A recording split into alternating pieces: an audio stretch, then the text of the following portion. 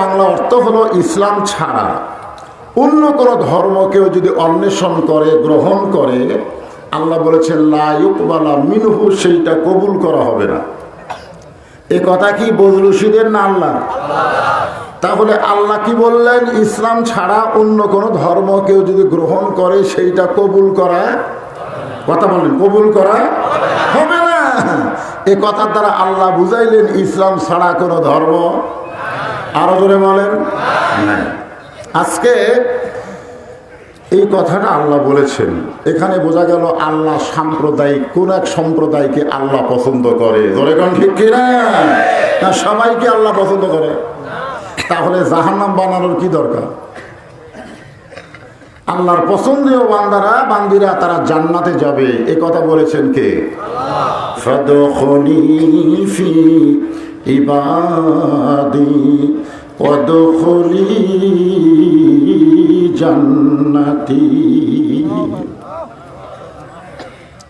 আল্লাহু আকবার বলবার সারি কি বলা যাবে? তাই যাবে না। রাসূল বলেছেন তিনটা তাসবিহ অনায়াসে আপরিচ্ছায় যাদের জবান থেকে প্রকাশ পায়, আমি রাসূল বলতেছি তারা জীবনে যত পাপ করুক না কেন, মরার সময় তাদের মুসলমান হিসাবে মৃত্যু হয়। কয়টা? তার মধ্যে একটা হলো সুবহানাল্লাহ, একটা হলো আলহামদুলিল্লাহ, আর একটা হলো আল্লাহু আকবার। আপনি সারা জীবন সুবহানাল্লাহ আলহামদুলিল্লাহ যদি বলেন, শয়তান বেজার হবে না, শয়তান বেজার হবে না। কেবলমাত্র আল্লাহু আকবার এই শব্দটা যখন উচ্চারণ করবেন, তখন শয়তান খালি বেজার হয় না, এলাকা ছেড়ে চলে যায়। এই জন্যে আপনারা সুবহানাল্লাহ বলবেন, এটাতে আপনাদের কোনো আপত্তি নাই। আলহামদুলিল্লাহ বললেও আপনাদের মনে কিছু হবে না, কিন্তু আল্লাহু আকবার যখনই বলতে যাবেন, যাদের ভিতরে শয়তানের বাসা তারা জবান খুলবে না। এখন আপনারা কাদের মধ্যে শয়তান নিয়ে বসে আছেন আপনারা নিজেরাই টের পাবেন, যারা আল্লাহু আকবার না বলবেন। আমার কথা কি বুঝলেন? আমাদের বাংলাদেশে অনেক বড় বড় দল আছে, তারা সুবহানাল্লাহ আলহামদুলিল্লাহ ঠিকই কয়, কিন্তু আল্লাহু আকবার বলবার চায় না। কথা ঠিক? আজকে যতক্ষণ আমরা কোরআনের মাহফিলে থাকবো, ততক্ষণ আমরা কোনো দলাদলি করব না, আমরা কোরআনের পক্ষের মানুষ হবো। জোরে বলেন, কথা ঠিক কিনা? কোরআনের পক্ষের মানুষ না হলে এখানে কি দুনাইছেন? তো কোরআন থেকে আলোচনা শুনবো। সেই কোরআনে আল্লাহ বললেন, মুসলমানের ঘরে আমরা জন্ম নিয়েছি, এখন কি অবস্থায় আছি সেটা আপনারাই ভালো জানতেছেন। আল্লাহ বলেছেন মুসলমান না হয়ে মরো না। তার মানে বোঝা গেল জন্ম নেওয়া সহজ, কিন্তু মরা বড় কঠিন। মুসলমানের ঘরে জন্ম নেওয়া কি সহজ হলেও মরা কঠিন যদি না হবে, আল্লাহ কেন বললেন লা তামুতুন্না ইল্লা ওয়া আনতুম মুসলিমুন? মৃত্যুবরণ করো না যতক্ষণ তুমি মুসলমান না হবে। আমি আপনাদের অনুরোধ করব, যাদের মুখে মাস্ক আছে আমি তাদেরকে বলবো, ভাই মাস্ক কিন্তু কোনো এক জায়গায় বসে থাকার সময় পরার দরকার নেই। যখন চলাচল করবেন তখন মাস্ক পরবেন, কারণ রাস্তার ধুলাবালি আপনার নাকে মুখে যেন না ঢোকে। আমার কথা কি বুঝলেন? এই যে আপনারা কোরআনের মাহফিল, যেখানে অসংখ্য রহমতের ফেরেশতা আইছে, যে মাহফিলকে বলা হয় রিয়াজুল জান্নাহ, বিশ্বাস করেন যতক্ষণ এখানে আলোচনা হবে ততক্ষণ কোনো গজব এখানে আসবে। আর করোনা একটা গজব, তো সেই গজবের জন্যই তো মুখে মাস্ক পরা। আসলে আমি বলবো করোনার জন্য মাস্ক না, মাস্ক সবসময় পরা দরকার। যখন আপনি বাইরে যাবেন, মোটর সাইকেল চলে, মানুষজন চলাফেরা করে, ধুলাবালি ওড়ে, এগুলো দূষিত। আমাদের বাংলাদেশের প্রাকৃতিক অবস্থা খুব একটা ভালো না, ঠিক কিনা বলেন? তো দূষিত বায়ু থেকে, দূষিত থেকে আপনি মুখে মাস্ক পরবেন, অসুবিধা নেই। কিন্তু কোরআনের মাহফিল আপনি যখন বসলেন, আপনার চেহারাটা আমি একটু দেখি, আমার চেহারাও আপনারা দেখেন। আজকে দেখা দেখির ভিতর দিয়ে একটা মহব্বত তৈরি হোক। জোরে কোনো কথা ঠিক কিনা? আবার যখন রাস্তায় উঠবেন মুখে মাস্ক পরবেন, কোনো অসুবিধা নয়। আমি কি মাস্কের বিরুদ্ধে কইলাম? যখন বিরুদ্ধে কইলাম, আবার যখন মনে করেন না হুজুর মাস্ক পরতে নিষেধ করলো, আমি কিন্তু নিষেধ করি না। একটা মেয়ে মানুষও বলতেছে ঘরের বাইরে যাবেন মাস্ক ব্যবহার করবেন, কি কেমন কয় না?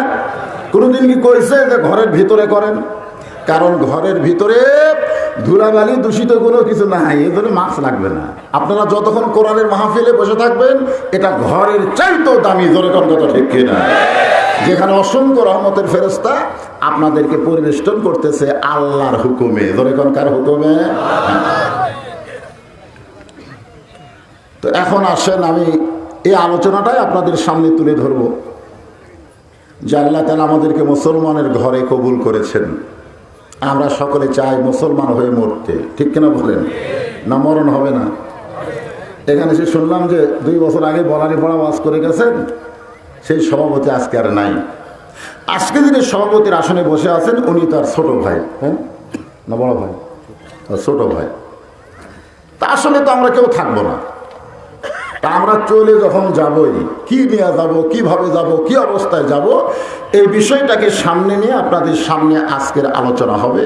ইন্নাল্লাহা ইয়ামুরুকুম আন তুআদ্দুল আমানাতি ইলা আহলিহা ওয়া ইযা হাকামতুম বাইনান নাস আন তাহকুমু বিল আদল। জোরে বলেন সুবহানাল্লাহ। এখন আমি আপনাদেরকে দেখাইতেছি যে জিনিসটা আপনাদের সামনে তুলে ধরতেছি, আপনারা দেখেন তাকায়া। অনেকে দেখতে পারবেন কিন্তু স্পর্শ করতে পারবেন না। আমি যে সবাইকে বলি আসেন সবাই এসে কোরআন একটু হাত দেয় বসেন, অনেকে বলবে আমি দেখতে পারি হুজুর কিন্তু স্পর্শ করার মতন অবস্থা আমার নাই, কারণ এমন একটা কিতাব লা ইয়ামাসসুহু, এটা স্পর্শ করা যাবে না ইল্লাল মুতাহহারুন, যতক্ষণ পর্যন্ত তুমি পবিত্র না হবে। সুবহানাল্লাহ বলবেন না? যেই কিতাব স্পর্শ করতে গেলে নিজের শরীরকে পবিত্র করতে হয়, সেই কিতাবের মাহফিলে যারা এসেছে আল্লাহর কোরআন কি বলে এটা একটু জানার দরকার আছে না নাই? আল্লাহ আমাদেরকে আদেশ করেছেন ইন্নাল্লাহা ইয়ামুরুকুম, তোমাদের প্রতি নির্দেশ করা হলো। কি নির্দেশ করছে আল্লাহ? আজকে আমাদের বাংলাদেশ সংখ্যাগরিষ্ঠ মুসলমান না কম? কথা কয় না। মুসলমানের সংখ্যা বাংলাদেশে কম না বেশি? আমার পাঁচটির বাজারে একটা হিন্দু আছে, নাম হলো আকাশ। আমি তোমার আকাশ খবর কি? কয় আলহামদুলিল্লাহ। তা আমি কইলাম তুমি হিন্দু হয়ে আলহামদুলিল্লাহ বলতেছো কেন? বলে বর্তমানে বাংলাদেশে মুসলমানের সংখ্যা বেশি হলেও মুসলমান বিপদে আছে, আর হিন্দুরা আছে জামাইয়ের সম্মানে। এদের আপনাদের আলহামদুলিল্লাহ আমরা করি।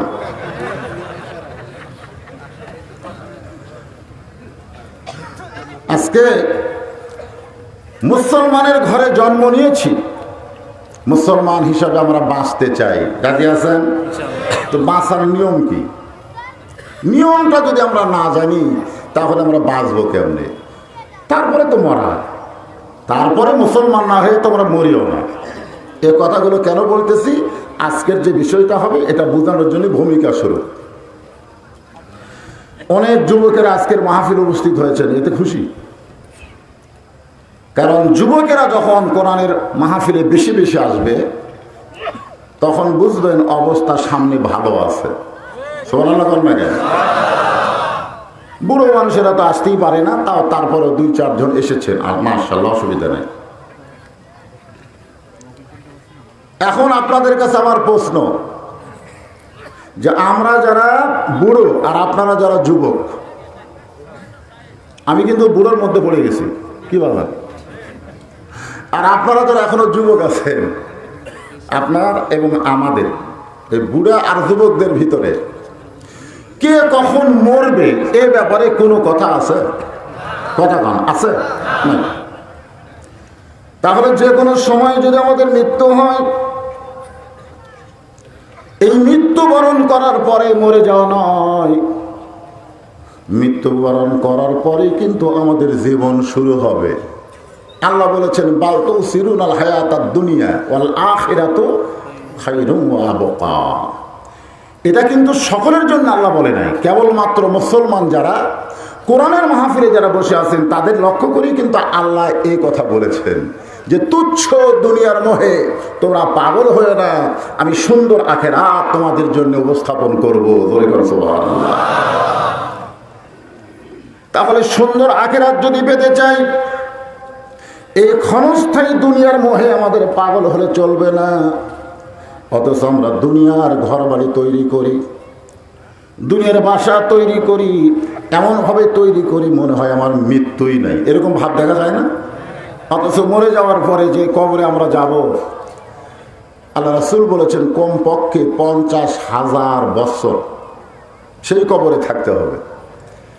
তাহলে আপনাকে কবরে, আমাকে কবরে যদি 50,000 বছর থাকতে হয়, যেই বাড়ি তৈরি করতেছি সব কিছু বাদ দিয়ে, নামাজ নাই, জিকির নাই, রোজা নাই, কোনো কিছু নাই, কামাই কাজের হালাল হারাম নাই, দেশে আমি থাকতে আবার বিদেশে কানাডায় আমার বাড়ি বানাই, জোরে কোন কথা ঠিক না?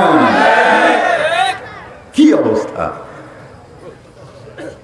দেশের বাড়ি ঘর আছে, আবার বিদেশে বাড়ি বানায়। কেন বানাচ্ছে? এপারে তোর বসত বাড়ি, ওই পারে তোর বাসা। আমি যে কটা গান গাবো আপনার কখনো মনে করবেন না এগুলো গান, আসলে এগুলো হচ্ছে কোরআনেরই আয়াতেরই একটু সুর দিয়া, লহরি দিয়া, খালি বাদ্য ছাড়া। এপারে তোর বসত বাড়ি, ওই পারে তোর বাসা, ভব দরিয়ায় পাড়ি দিতে মন কেমনি করলি আশা। আজকে আমরা দুনিয়াতে যে বাড়িতে, এটা হলো বসত বাড়ি, ধরে কোন কি বাড়ি, আর বাসা হলো ওই পারে। ওই পার মানে কোন জায়গা? এই বাসাটা হলো জান্নাত। বসত বাড়ি থেকে জান্নাতে কেমনে যাব, এটা দুনিয়ার মোহে পাগল থাকলে হবে কি হবে না, এটা বোঝানোর জন্য আয়াতখানা আপনাদের সামনে উপস্থাপন করলাম। অর্ধ পৃথিবীর খলিফা হযরত ওমর মসজিদের মেম্বরে বসে তিনি অর্ধ পৃথিবী শাসন করেছেন, নিজের ইচ্ছাই নয়, আল্লাহর আইন দিয়া, আল্লাহর কোরআন দিয়া। সোনাল বলেন। তিনি একদিন মসজিদে নববীতে বসে সাহাবীদের নিয়ে কথাবার্তা বলতেছেন। এমন সময় ইয়ামিন থেকে, কোন দেশ? ইয়ামিন থেকে একজন প্রতিনিধি ওমর ফারুকের সামনে একটা অভাবী মানুষের তালিকা দিলেন। অভাবী মানুষ, আমাদের বাংলাদেশে তো মানুষ আর অভাবী নাই। অভাবী আছে? নাই তো। তেলের দাম বাড়লো, ডিজেল তেলের দাম বাড়লো, বাসওয়ালা ট্রাকওয়ালারা কি অবরোধ করলো, সরকার তাদেরকে ডাক দিল যে তোরা চিল্লাস কেন, তোরা বাস বন্ধ করিস কেন, ভাড়া বাড়াই দিচ্ছি, অসুবিধা কি? হায় হায়, সরকার আর বাসওয়ালার মধ্যে মিল হয়ে গেল, মাঝখানে গেড়া করলে পড়লো জনগণ।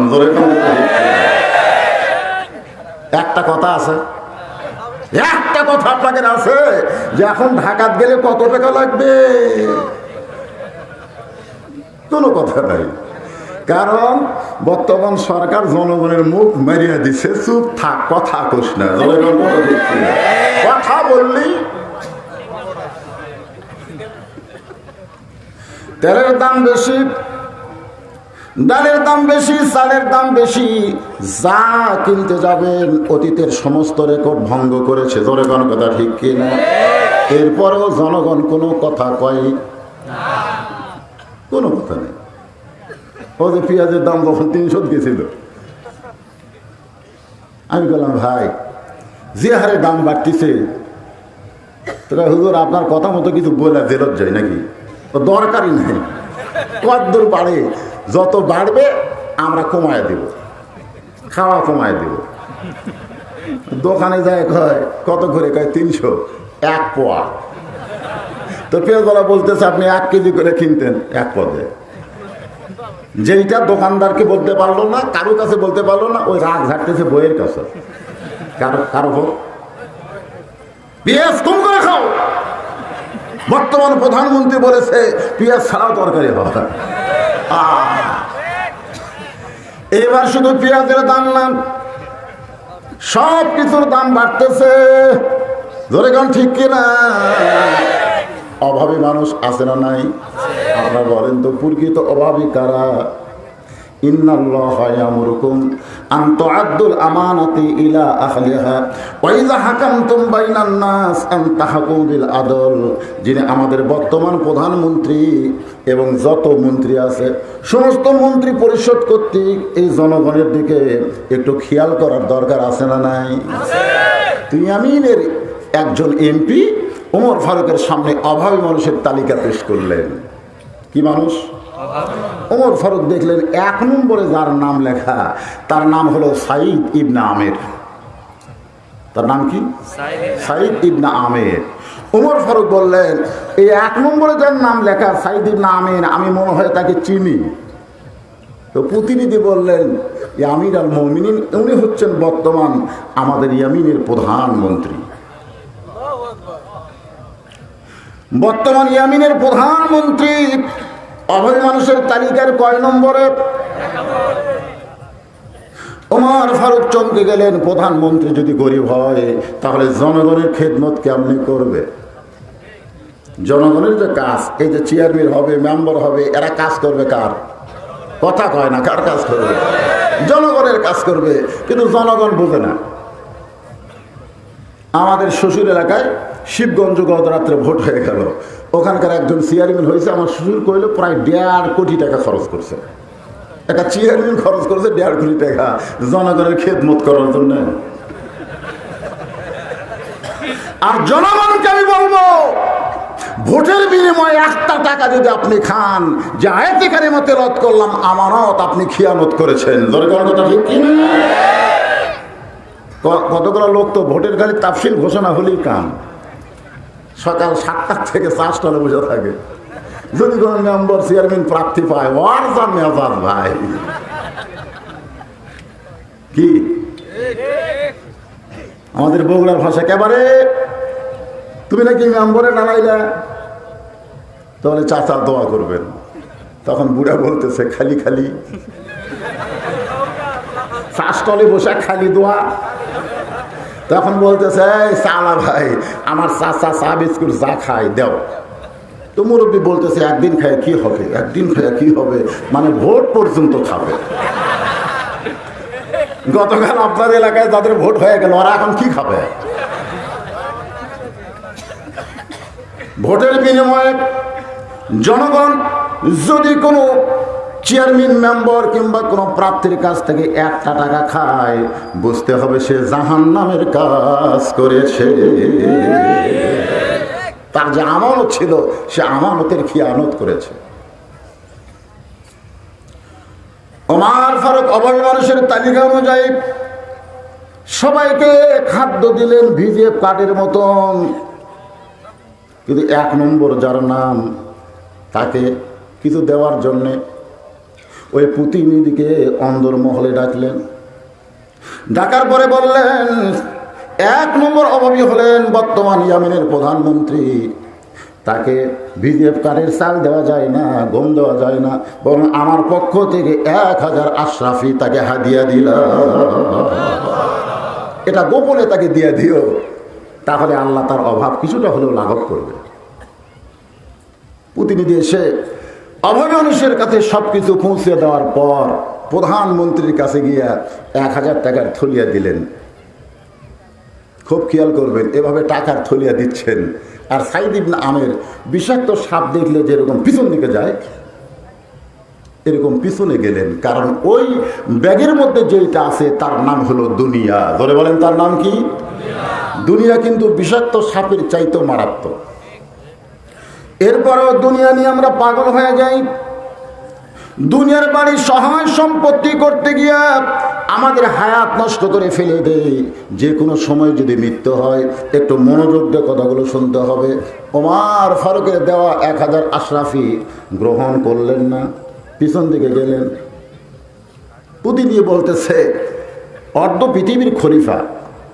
আল্লাহ কোরআনে বলেছেন, আতিউল্লাহ ওয়া আতিউর রাসূল ওয়া উলিল আমরি মিনকুম। আল্লাহর আনুগত্য করো, রাসূলের অনুসরণ করো, তোমাদের আমিরকে তোমরা কি করো? মানো। আপনি কি হযরত ওমরকে মানেন না? বলে, হ্যাঁ মানি। তাহলে তার পক্ষ থেকে 1000 আশরাফি আপনাকে দেওয়া হলো, আপনি যদি গ্রহণ না করেন তাহলে মানলেন কেমনে?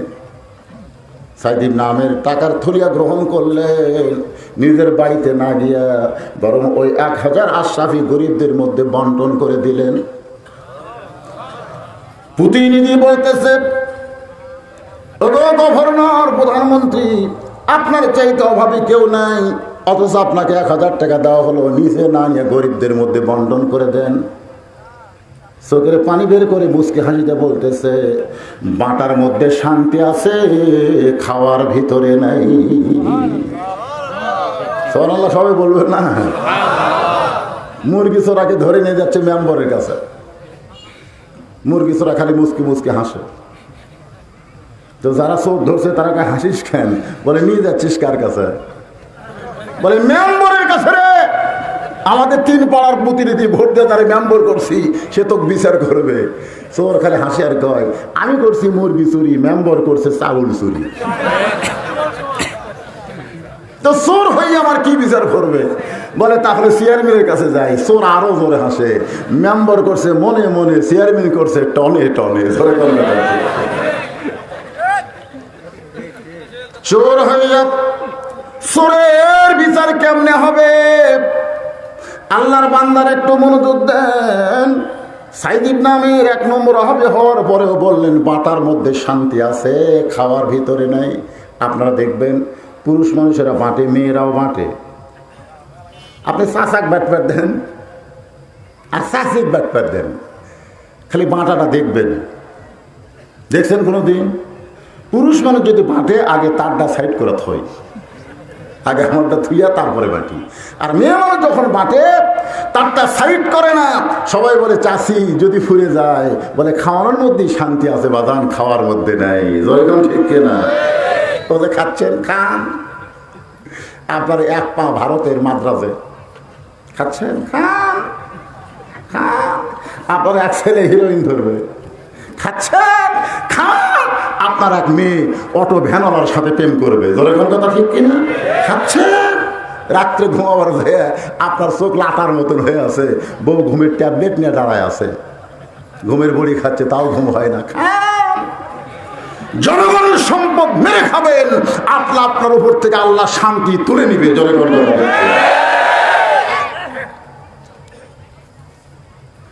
পরের বছর ওই প্রতিনিধি অভাবী মানুষের তালিকা নিয়ে গেলেন। ওমর ফারুক তালিকার দেখে 1 নম্বরে সাইদ ইবনে আমিরের নাম। গত বছরও যার নাম, এবছরও তার নাম। ডাকদা বলে, তোমার গোপনে 1000 আশরাফি দিয়েছিলাম, তুমি কি তারে দেও নাই? বলে, দিয়েছি, নিজের জন্য গ্রহণ না করে জনগণের মধ্যে বেটে দেয়। হযরত ওমর বললেন, ওয়াইদা হাকামতুম বাইনান নাস আন তাহকুমু বিল আদল। মানুষের মধ্যে এমন একজন নেতাকে নির্বাচন করতে হবে, যেই নেতা আদল ইনসাফ সহকারে বন্টন করবে, বিচার করবে। যেরকম সুবহানাল্লাহ। তোমাদের গভর্নরকে, প্রধানমন্ত্রীকে আমি ওমর দেখতে যাব অমুক তারিখে। তিনি তারিখ দিলেন, তারিখ মোতাবেক ইয়ামিনে। মানুষজন খুশি হয়ে গেল, কারণ যে মানুষটা মদিনা থেকে ইয়ামিনে আসতেছে, ওই মানুষটা সাধারণ কোনো মানুষ না, যার সম্পর্কে আল্লাহ কোরআনে 23টা আয়াত নাজিল করেছে। যে হযরত ওমর সম্পর্কে রাসূল বলেছেন, আমার পরে কেউ যদি নবী হতো লাউকানা ওমর।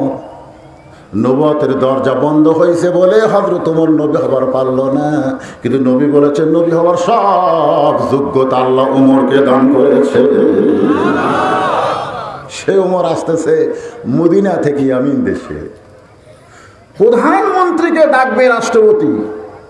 হযরত ওমর হচ্ছেন অর্ধ পৃথিবীর খলিফা।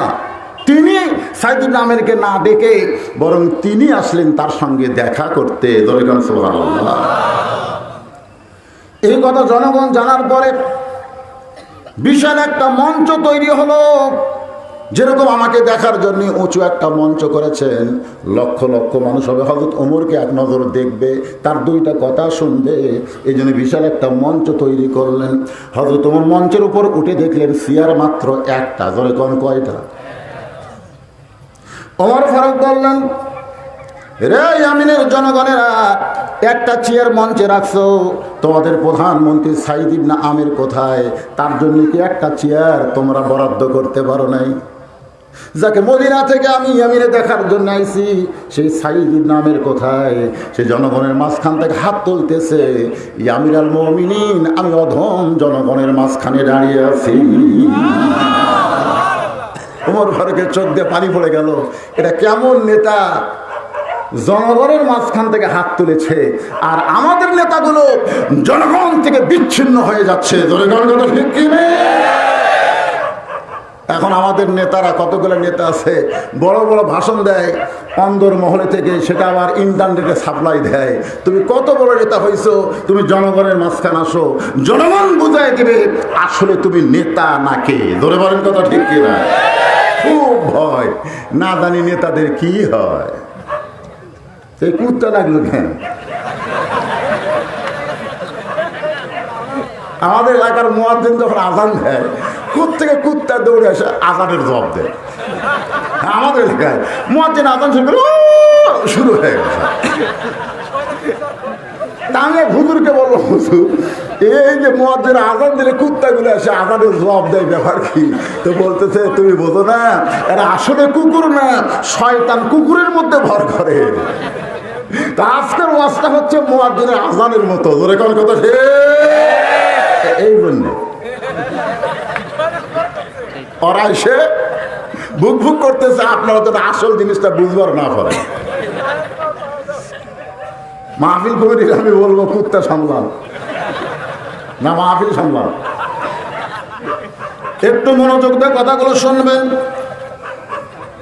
জনগণের মাঝখান থেকে সাইদ ইবনে আমের এভাবে দুইখানে হাত তুলে বললেন, ইয়া আমিরুল মুমিনিন, আমি জনগণের প্রতিনিধি, জনগণের মাঝখানে দাঁড়িয়ে আছি। আমার কথাকে আপনার বুঝতে পারতেছেন না? জনগণের প্রতিনিধি, জনগণের মাঝখানে দাঁড়িয়ে আছে। ওমর ফারুক বললেন, মদিনা থেকে তোমাকে এক নজর দেখার জন্য আমি এসেছি, তুমি জনগণের মাঝখানে কেন? আমার কাছে চলে আসো। সমস্ত জনগণ চিন্তা করে চেয়ার হলো একটা, যে চেয়ারটা আমরা হযরত ওমরের জন্য বাজেট করেছি। হযরত ওমর তাকে ডাকতেছে, এখন চেয়ারে বসবে কে?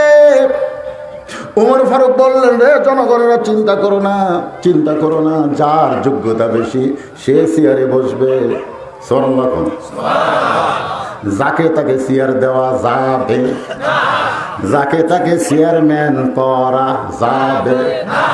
চেয়ারম্যান এখন তো অনেক মসজিদেও চেয়ারম্যান হচ্ছে। জনগণ কথা ঠিক কিনা? প্রায় মসজিদে চেয়ার। আজ থেকে 10 বছর আগে বাংলাদেশের কোন মসজিদে চেয়ার খুঁজে পাওয়া যায় নাই। এখন চেয়ারের অত্যাচারে অসুবিধা, কারণ মসজিদ কমিটির সভাপতি উনি দুর্বল, উনি চেয়ারে বসেন। সেক্রেটারি উনিও দুর্বল, উনিও চেয়ার লিছেন। কেশিয়ার সাহেব চিন্তা করে, এরা দুইজন যখন লিছে আমি খাড়া হয়ে নামাজ পড়বো কেন? ও এক চেয়ার নিছে। এখন ইমাম সাহেব পড়ছে বেকায়দায়, যারা চেয়ারে বসে এদের বিরুদ্ধে কিছু বললে আমার ইমামতি যায়। ঠিক কিনা?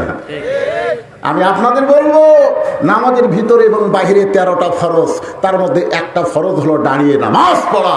কেউ যদি ফরজ তরক করে নামাজ পড়তে চায়, তার নামাজ হবে না। জোরে কোন কথা?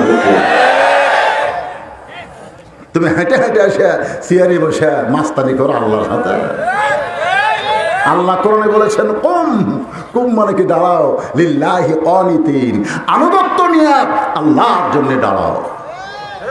তুমি যদি দাঁড়াবার না পারবা, তুমি মসজিদে আইসো না।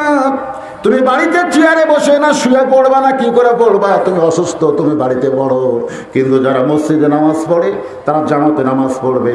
আর জামাতে নামাজ পড়তে গেলে কাতারবদ্ধ হয়ে দাঁড়াতে হবে। কাতারের মাঝে মাঝে ফাঁক রাখা যাবে না। পায়ের গোড়ালির সঙ্গে গোড়ালি মিল করা লাগবে। যারা চেয়ারে বসে ওদের পায়ের গোড়ালির সঙ্গে গোড়ালি মিল করার কোনো সুযোগ নাই। ওমর ফারুক ডাকতেছে, আসো। এক চেয়ারে কি এক উঠে দুইজন বসেনি? হযরত ওমর এক উঠে দুইজন বসে নাই। এক সময় ওমর ফারুক, এক সময় রাখাল। ধরে কোন সুবহানাল্লাহ। জেরুজালেমের দরজায় যখন গেল, তখন উঠের পিঠের মানুষটাকে ওমর মনে করে খ্রিস্টানেরা, যারা জেরুজালেমের খ্রিস্টান, এখনো তো জেরুজালেমের অবস্থা খুব একটা ভালো না, ঠিক না? জেরুজালেমে কি আছে? বাইতুল মুকাদ্দাস। তো এখন হযরত ওমর মনে করে একটা চকিয়া এনে উটের সঙ্গে লাগানো হলো। চোখের নিচে একজন হামাগুড়ি দিয়ে সিঁড়ি হয়ে বলতেছে, আমির আল মুমিনিন, আপনি চোখের ওপর পা দেবেন, তারপর আমার পিঠে পা দিয়ে আস্তে করে নামবেন, উঠ থেকে নামতে আপনার জন্য কোনো কষ্ট না হয়। রাখাল ছোট বাচ্চার মতন কান্দে। জেরুজালেমের জনগণ বলতেছে, আমাদের কোনো বেয়াদবি হয়েছে, কি জন্য কান্দেন? বলে, তোমরা যাকে আমিরুল মুমিনিন বলতেছ, যাকে খলিফাতুল মুসলিমিন বলতেছ, সেই মানুষটা আমি না, আমি হইলাম ওঠের রাখাল, আর যিনি রশি ধরে দাঁড়িয়ে আছে তিনি হলেন হযরত ওমর। জেরুজালেমের খ্রিস্টানের বলে, এটা কেমনে হয়? এটা কেমনে হয়? রাখাল হয়ে উটের পিঠে চড়বে আর অর্ধ পৃথিবীর খলিফা হয়ে উটের রশি ধরে দাঁড়িয়ে থাকবে, এটা কেমনে হয়? রাখাল চিল্লায় বলে, ঈমান গ্রহণ করে আল্লাহর কোরআন মোতাবেক চললে এমনি সম্ভব হয়ে যায়। ঈমান গ্রহণ করে আল্লাহর কোরআন অনুযায়ী যখন মানুষ চলবে তখন এমনি কি হয়ে যায়? সম্ভব হয়ে যায়। ওমর ফারুক বললেন, রে সাইদ ইবনে আমের, মদিনা থেকে লক্ষাধিক জনগণকে দেখার জন্য আমি আসি নাই, আমি এসেছি তোমার সঙ্গে একটু দেখা করবার চাই, তুমি মঞ্চে আসো। যখন সাইদ ইবনে আমের ওমর ফারুকের কথা মতো মঞ্চের দিকে পা বাড়ায়, এমন সময় জনগণ চিৎকার করে বলতেছে, আমির আল মুমিনিন, যাকে মঞ্চে ডাকতেছেন আপনি হয়তো তাকে অত্যন্ত ভালোবাসেন, কিন্তু আপনি কি জানেন আমাদের প্রধানমন্ত্রীর বিরুদ্ধে আমাদের 4টা অভিযোগ আছে। যাকে আপনি মঞ্চে সম্মান দিবেন সেই প্রধানমন্ত্রী সাইদ ইবনে আমিরের বিরুদ্ধে আমাদের অভিযোগ হলো 4টা। জোরে কোন কয়টা? ওমর ফারুক চিন্তায় পড়ে গেলেন। যেই মানুষটা উভয় মানুষের 1 নম্বর তালিকায় থাকে, যেই মানুষটা হাজার আশরাফি পাওয়ার পরে জনগণের মধ্যে বন্টন করে দেয়, সেই মানুষের বিরুদ্ধে আবার অভিযোগ। এই ভালো মানুষের বিরুদ্ধে অভিযোগ। আজকে বিরুদ্ধে কার বিরুদ্ধে অভিযোগ? আজকে আমাদের বাংলাদেশে অভিযোগ কিন্তু সবার বিরুদ্ধে না, অভিযোগ হলো মসজিদের ইমামের বিরুদ্ধে। ধরে থানায় অভিযোগ দিছে,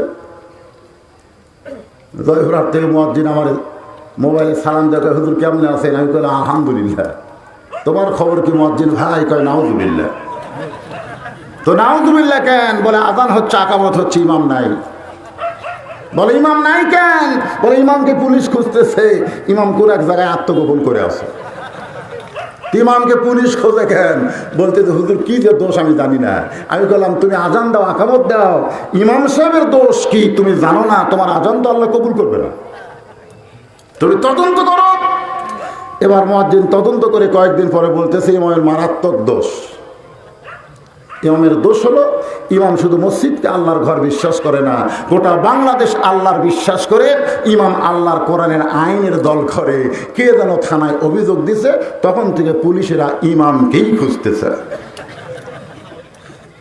চোরেরা মোচর তাও দেয়, চোর ডাকাত ঘুষারু সুদারু এরা মোচে তা দিয়া ঘুরতেছে, আর হুজুররা বর্তমানে বড় বিপদে আছে। হযরত ওমর চিন্তায় পড়ে গেলেন, এমন একটা ভালো মানুষের বিরুদ্ধে অভিযোগ কিসের? আবার বিবেক বলতেছে হয়তো অভিযোগগুলো ভালো হতে পারে। ইমামের কাছে এসে একজন মুসলিম অভিযোগ করছে, হুজুর এই ভাই আমাকে প্রতিদিন ফজরের নামাজের সময় ডাকে, কারণ আযান তো হলো মুয়াজ্জিন দেয়, আর সালাতু খায়রুম মিনান নাওম শোনার পরে আমার চোখে আবার ঘুম ধরে, কিন্তু এই আমার জান্নাত যায় সমানে ডাকে, এর বিরুদ্ধে আপনার কাছে অভিযোগ। ইমাম সাহেব মুসকে মুসকে হাসে আর কয়, এটা অভিযোগ হলে কেন? তোরে জাহান্নাম থেকে জান্নাতে নিয়ে যাবার চাই। ধরে কার কথা ঠিক কিনা? ওমর ফারুক চিন্তায় পড়ে গেলেন, এমন একজন ভালো মানুষের বিরুদ্ধে কি অভিযোগ করবে? তিনি সাইদ ইবনে আমিরকে বললেন, রে সাইদ ইবনে আমির, এখন পর্যন্ত তোমাকে ভালোবেসে আমি কিন্তু মদিনা থেকে ইয়ামেনে আইছি, জনগণ তোমার বিরুদ্ধে অভিযোগ করতে চাই, অভিযোগগুলো আমি কি শুনতে পারি? সাইদ ইবনে আমির বলেন, আমার কোনো আপত্তি নাই। কি অভিযোগ আমি তো জানি না, থাকতে পারে, ভালো মানুষের বিরুদ্ধে অভিযোগ থাকতে পারে, পারে কি পারে না? ওমর ফারুক বললেন, তোমাদের সকলের ভিতর থেকে একজন দাঁড়িয়ে বলো অভিযোগগুলো কি? বলো অভিযোগগুলো কি না কি কি? তার মানে কয়টা? জোরে বলেন। 1 নম্বর অভিযোগ হলো প্রতিদিন কার্যালয়ে দেরি করে আসে, প্রত্যেকটা কাজের নিয়ম আছে না নাই, যেরকম আছে না নাই। প্রতিদিন কার্যালয়ে আসে কিন্তু দেরি করে, এটা হলো 1 নম্বর। 2 নম্বর অভিযোগ হলো হঠাৎ একদিন কার্যালয়ে আসেই না। 3 নম্বর অভিযোগ হলো কার্যালয়ে কাজ করতে করতে বেহুশ হয়ে যায়, কানতে কানতে বেহুশ হয়ে যায়। আর 4 নম্বর অভিযোগ হলো রাত্রেবেলা যখন ঘরের মধ্যে ঢোকে, আমরা যত বিপদে পড়ি, ডাকাডাকি করি, আমাদের ডাকে কোনো দিন ঘরের দরজা খোলে না। ওমর ফারুক বললেন, তোমরা যে অভিযোগ করেছ মারাত্মক।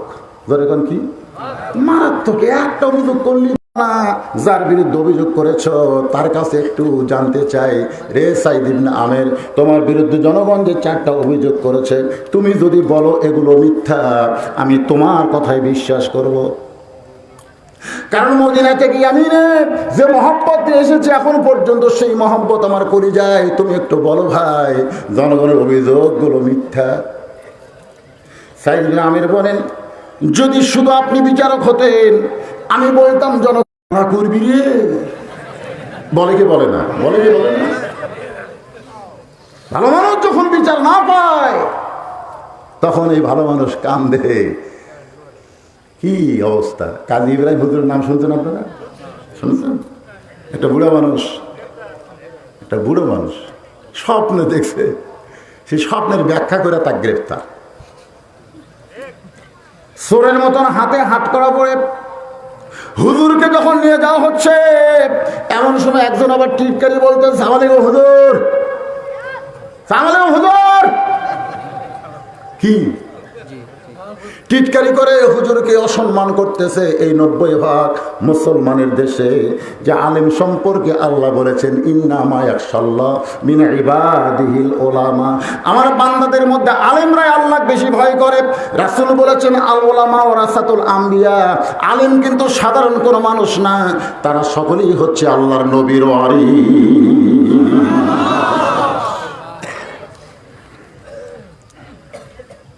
সাইদ ইবনে আমের বলে, আপনি যদি বিচারক হতেন, যে সুযোগ আপনি আমার দিলেন, আমি বলতাম অভিযোগগুলো মিথ্যা। কিন্তু আপনি তো মূল বিচারক না, বিচারক কে? ওমর ফারুক বলে, রে সাইদ ইবনে আমের, তাহলে কি অভিযোগগুলো সত্য? বলে 100% সত্য। ওমর ফারুক বললেন, তোমার গভর্নরের দায়িত্ব পালন করার দরকার নাই। তুমি দীর্ঘ সময় পর্যন্ত জনগণের সঙ্গে যে কাম করেছো, প্রতিদিন কার্যালয়ে দেরি করে আসো কেন? সাইদ ইবনে আমের বলে, আমিরুল মুমিনিন, প্রতিদিন কার্যালয়ে দেরি করে আসার পিছনে একটা কারণ হলো, আমি যখন যুবক ছিলাম, ওই যুবক অবস্থায় চৌরাস্তার মোড়ে, যেমন আপনাদের ভবানী মোড় আছে না নাই, ঠিক এইরকম একটা মোড়ে একটা বুড়ো মানুষ দাঁড়িয়ে দাঁড়িয়ে কাঁদতেছে। তার কান্না দেখার পরে আমি একটা যুবক বুড়াটার কাছে গেলাম। এখন কিন্তু বুড়ারা কান্দে মরলেও যুবকেরা সেই দিকে ফিরে তাকায়। এমনকি বাবা বুড়া হয়ে গেলে ছেলেরা পর্যন্ত বাবাকে বৃদ্ধাশ্রমে রাখে। বর্তমানে যেই পরিবেশ চলতেছে, এই পরিবেশ যদি চলতে দেওয়া হয়, তাহলে ওয়া কাযা রাব্বুকা আল্লা তা'বুদু ইল্লা ইয়্যাহু ওয়া বিল ওয়ালিদাইনি ইহসানান আয়াত খারিজ হয়ে যাবে। জোরে বলেন ঠিক? কোরআনের আয়াত কোরআনে থাকবে, কিন্তু বাস্তবে বৃদ্ধাশ্রমগুলো সব ভেঙে দেওয়া দরকার। জোরে বলেন ঠিক কিনা? এর কেউ আছে নাকি যে বৃদ্ধাশ্রমে থাকে? এর কেউ বেঁচে আছে কিনা আগে খোঁজ করা দরকার। এখন বুড়োটার কান্না দেখে আমি যুবকদেরকে বলবো, বাবা বুড়ো মানুষের কাছে যাবে। 2 যুবক রাস্তা দিয়ে যায়, আর 2 বুড়া গল্প করতেছে। এক বুড়া বলতেছে, তো 2-এর খবর কি? কয়ের খবর? 2-এর খবর কি? কয় জোরে জোরে। আর 2-এর খবর কি? মানে আর 2, আরো 2 আছে তো, 3 হয়ে গেছে। জোরে কি আছে? 3 হয়ে গেছে। এখন 2 যুবক চিন্তা করে, এই বুড়ারা কি গাঁজা করে গল্প করতেছে। 2-এর খবর কাছে কাছে, 2-এর খবর জোরে জোরে, আর 2-এর খবর 3 হয়ে গেছে। 2 যুবক চলে যায়, চিন্তা করে গাঁজা করে গল্প। এক যুবক বলতেছে, চলো বুড়াটার কাছে গায়ে, একটু কাছে যায় শুনি তো এই 2-এর মানে কি। কাছে যায় বলতে চাচা আপনার যে দুই দুই করতেছেন, আপনি বলতেছেন দুইয়ের খবর কি, কয় কাছাকাছি, দুইয়ের খবর কি জোরে জোরে, দুইয়ের খবর কি তিন হয়ে গেছে, এ কি গল্প? তো বলতেছে বাবা তোমরা বুঝবা না, ও আমাকে বলতেছে তোমার দুই চোখের খবর কি। আমি তখন বললাম কাছে কাছে, মানে কাছে কাছে দেখবার পাই, দূরে দূরে পাই না। তোমার দুই কানের খবর কি? বললাম জোরে জোরে কইলে শুনতে পাই, আস্তে করে শুনি না। তোমার দুই পায়ের খবর কি? আমি বললাম তিন হয়ে গেছে, এখন লাঠি ছাড়ার হাঁটতে পারি না। দুই যুবক বলতেছে আসলেই তো তাই, বুড়ার কাছে না আসলে তো এই খবরগুলো আমরা পেতাম না। ঠিক কিনা? আজকে তোমরা সিনাজুরি করে হাঁটতেছো, হাং করেঙ্গে তাং করেঙ্গে, যা ইচ্ছা তাই বলতেছো, একদিন তোমরা এরকম বুড়ো হয়ে যাবে। ঠিক কিনা? আর যৌবন অবস্থায় ভালো হওয়ার সুযোগ না পেলে বুড়া বয়সে ভালো হওয়ার কোনো সুযোগ নাই। সাইদ ইবনে আমের বলে প্রতিদিন কার্যালয়ে দেরি করে আসার পিছনে কারণ হলো ওই বুড়াটার কাছে আমি গেলাম, বুড়াটার কান্না দেখে বললাম বাবা আপনি চৌরাস্তার মোড়ে এমন করে কেন কাঁদতেছেন, আপনার কি দুঃখ বলেন। মুরব্বী আমার হাত খপ করে ধরছে, হাত ধরে বলতেছে অনেক যুবকের রাস্তা দিয়া যায়, আমার কান্না দেখে কেউ যখন আসে নাই, তুমি আমার কান্না দেখে যখন আইছো, তাহলে তোমার কাছেই বলবো আমার একটা মেয়ে যুবতী হয়ে গেছে, সেই মেয়েটাকে বিয়ে দিবার চাই, কিন্তু মেয়েটার কেউ তো বিয়ে করবার চায় না। এখন আমি মেয়ের বাবা হয়ে বড় বিপদে পড়েছি। সাইদ ইবনে আমের বলে আমিরুল মুমিনিন, আমি বুড়াটার চোখের পানি মুছে দিয়ে বললাম বাবা এই কথা খবরদার আপনি বলবেন না, আপনি মেয়ের বাবা হয়ে বিপদে পড়েন নাই, কারণ মেয়ের বাবা মানে একটা জান্নাতের মালিক হওয়া। মুরব্বী বলতেছে জান্নাতের মালিক হইছি না জাহান্নামের মধ্যে পড়ে গেছি, তুমি আমার খবর শুনলি বুঝবা। আমি তখন কইলাম কি মুরব্বী কি খবর? বলে আমার মেয়েটা জন্মের সময় লুলা হয়ে জন্মেছে, তার দুইটা হাত লুলা, দুইটা পা লুলা, সে হাত দিয়ে কিছু করতে পারে না, পা দিয়ে হাঁটতে পারে না, সেই মেয়েটা এখন আমার যুবতী হয়ে গেছে, সেই যুবতী মেয়েকে বিয়ে দিব কে করবে? এই জন্য রাস্তার মোড়ে বসে কান্দি, যদি আমার কান্না দেখে কারো একটু দয়া হয়। তুমি যখন আমার কাছে আইছো আমি তোমার হাতটা ধরেছি বাবা, তুমি কি আমার লুলা পঙ্গু মেয়েটাকে বিয়ে করবা? এখনকার যুবক হলে কি করতো? বুড়ার জোর বেশি না যুবকের জোর বেশি? এরকম ঝ্যাংটা দিয়ে চলে যেত। কিন্তু সাইদ ইবনে আমের বলে আমি মুরব্বীকে বললাম আমার কোনো আপত্তি নাই, ওই লুলা পঙ্গু মেয়েটাকে বিয়ে করছে আজকে 5 বছর। ধরে কোন কয় বছর? 5 বছর হলে বিয়ে করেছি। আমার বউটা লুলা পঙ্গু হতে পারে, হাতে পঙ্গু, পায়ে পঙ্গু, কিন্তু পেট ভালো। এই 5 বছরে আল্লাহ আমাকে পরপর 3টা সন্তান দান করেছে। তার মানে কি হাত কি লুলা, পাও লুলা, কিন্তু পেট পেট ঠিক। 5 বছরে 3টা, বুঝছেন না? তাহলে কি বরকত। আমার বউটা কোনো কাম কাজ করতে পারে না, আমার 3টা সন্তানকে আমারই সব কিছু সমাধা করতে হয়, কারণ আমার বাড়িতে কাজের কোনো মানুষ নাই। আমি সকালবেলা উঠি, খামির দিয়ে রুটি তৈরি করি, সেই রুটি তৈরি করার পরে সবজি তৈরি করে আমার বাচ্চাদেরকে খাওয়ানোর পরে, আমার পঙ্গুলুলা বউকে খাওয়ানোর পর আমি কিন্তু খেয়ে এই কার্যালয়ে আসতে গিয়ে আমার একটু দেরি হয়। আমি ইচ্ছা করে দেরি করি না, এই কারণেই আমার একটু দেরি হয়ে যায়। হাজার হাজার জনগণ কান্দে। ওমর ফারুক বলতেছে তোমরা কান্দো কেন? বলে আমিরুল মুমিনিন, আমাদের প্রধানমন্ত্রীর ঘরে এমন বিপদ, এইটা আমরা আগে জানতাম না। যদি আমরা আগে জানতাম কার্যালয়ে দেরি করে আসে, এই অভিযোগ কোনোদিন আমরা করতাম না। কি করেন? কেউ আল্লাহ আকবার কয়, সুবহানাল্লাহ কয়, কেউ চুপ করে থাকে। লিল্লাহু আকবার। প্রতিদিন কার্যালয়ে দেরি করে আসে, এই অভিযোগটা আমরা করতাম না যদি জানতাম। কিন্তু আজকে জেনেছি, আমরা অভিযোগকে উইথড্র করে নিলাম। কি করে নিলাম? ওমর ফারুক বললেন রে সাইদ ইবনে আমের, 1 নম্বর অভিযোগের ব্যাপারে তোমার আর কোনো চিন্তা নেই, কারণ যারা অভিযোগ করেছে তারাই যখন উইথড্র করে নিছে। এখন 2 নম্বর অভিযোগ হলো হঠাৎ একদিন তুমি কার্যালয়ে আসো না। এই না আসার পিছনে কারণ কি? দেরি করে আসো ঠিক আছে, কিন্তু হঠাৎ একদিন আসো না। একজন প্রধানমন্ত্রী যদি না আসে তাহলে কার্যালয়ের অবস্থাটা কি হবে?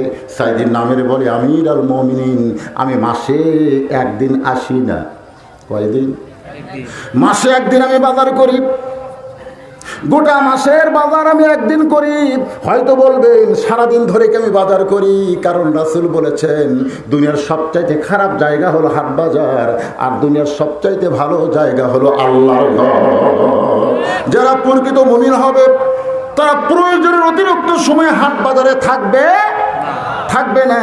তারা মসজিদের মধ্যে শান্তি পাবে, কিন্তু হাট বাজারে শান্তি পাবে না। কিন্তু বর্তমান বাংলাদেশের পরিবেশে মসজিদের মধ্যেই শান্তি নাই, চার স্টলের মধ্যে শান্তি পাওয়া যায়। 5 মিনিট আগে ঢুকছে মসজিদে, 5 বার ঘড়ি দেখছে। জামাত শুরু হতে 5 মিনিট পর ওই 5 বার দেখেছে। ওর পাশের ঘড়িওয়ালা বলতেছে খবর কি? বলে আরো 2 মিনিট আছে। আজ ঘড়ি লড়তেছে না রে, আজ ঘড়ি লড়তেছে। ওই লোকটাই চা স্টলে গিয়া ঘন্টার পর ঘন্টা আড্ডা গুলি মারতেছে, একবার ঘড়ি দেখে না। ধরে কর কথা ঠিক কিনা? সাইদ ইবনে আমের বলে আপনি হয়তো মনে করবেন সারাদিন ধরে আমি বাজার করি, তা কিন্তু না। আমার পরনে যে কাপড় দেখতেছেন, এই একটা কাপড় ছাড়া আর কোনো কাপড় নাই যে কাপড় পরে আমি কার্যালয়ে আসতে পারি। হ্যাঁ আছে, আমার আরো কিছু কাপড় আছে, সেগুলো কাপড় পরে কার্যালয়ে আসলে জনগণ মনে করবে প্রধানমন্ত্রী খুবই অভাবী। আমি চাই না আমার পোশাকের কারণে জনগণ জানুক, বরং একটা ভালো কাপড় ছাড়া আমার ঘরে আর কোনো কাপড় নাই।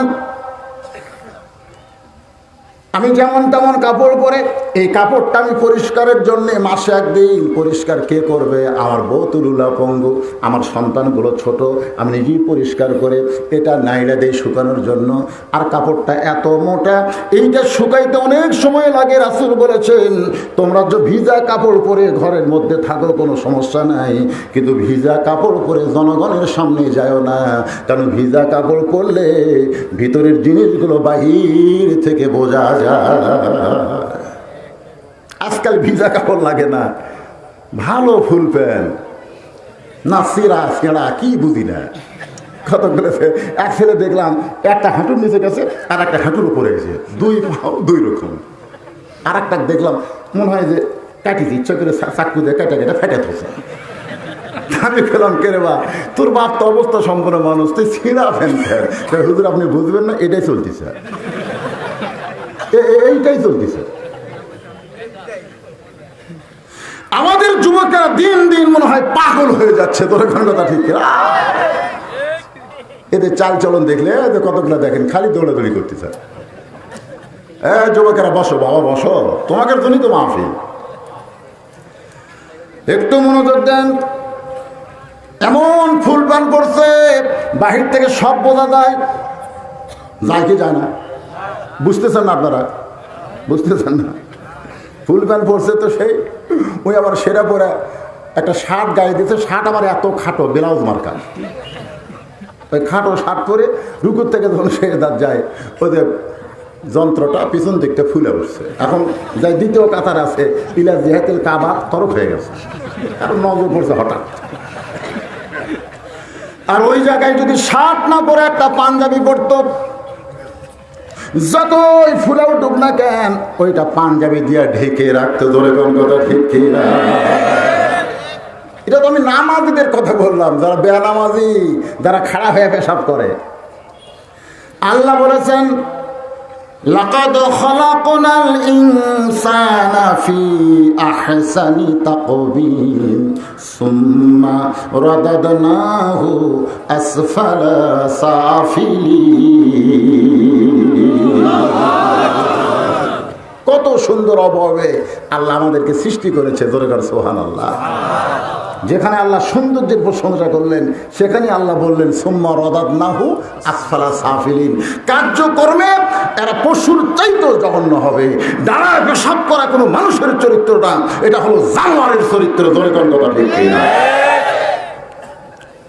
সাইদ ইবনে আমের বলেন এই একটি মাত্র কাপড় ছাড়া আর কোনো কাপড় নাই, এইটা আমি খাইচা দিয়ে শুকানোর জন্য সারাদিন আমার চলে যায়।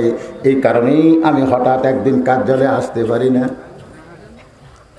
লক্ষ লক্ষ জনগণ চিৎকার করে বলতেছে, আমিরুল মুমিনিন, আমাদের প্রধানমন্ত্রীর মাত্র একটি মাত্র কাপড়, যেই কাপড় পরে কার্যালয়ে আসে, এছাড়া তার ভালো কোনো কাপড় নাই। এই জন্য মাসে একদিন বাজার করে, এই কাপড় খাইতে দিয়ে শুকাইতে দেরি হয়, এই কারণে আসে না। এইগুলো খবর যদি আমরা আগে জানতাম, আমরা 2 নম্বর অভিযোগ করতাম না। আজকে জানার সঙ্গে সঙ্গে আমরা সর্বসম্মতি কর্মে 2 নম্বর অভিযোগকেও উইথড্র করে নিই।